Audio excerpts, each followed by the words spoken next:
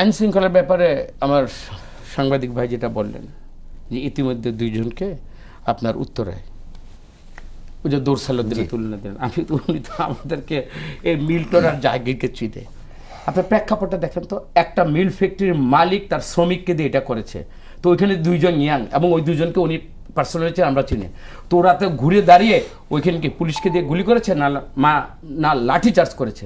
বিএনপির আইনশৃঙ্খলা সহ মানে এই যে আমাদের পরমত সহিষ্ণুতা, এবং আমরা এতটুকুই আমরা যে সমালোচনা বা আমাদের উপরও যদি সত্যিকার অর্থে পাবলিক কোনো কারণে যদি আমাদের হোস্টাইল হয়ে আমাদের আক্রমণ করে, আমরা এই কারণটা আগে আপনাদেরকে জানতে বলবো। এবং ওইখানে যে আমরা যে একেবারে মানুষের এই একটা ক্ষোভকে আমরা শ্রদ্ধা জানিয়ে যে ওইখান থেকে যে আমরা ব্যাক করলাম, এটাকে সাধুবাদ জানাক।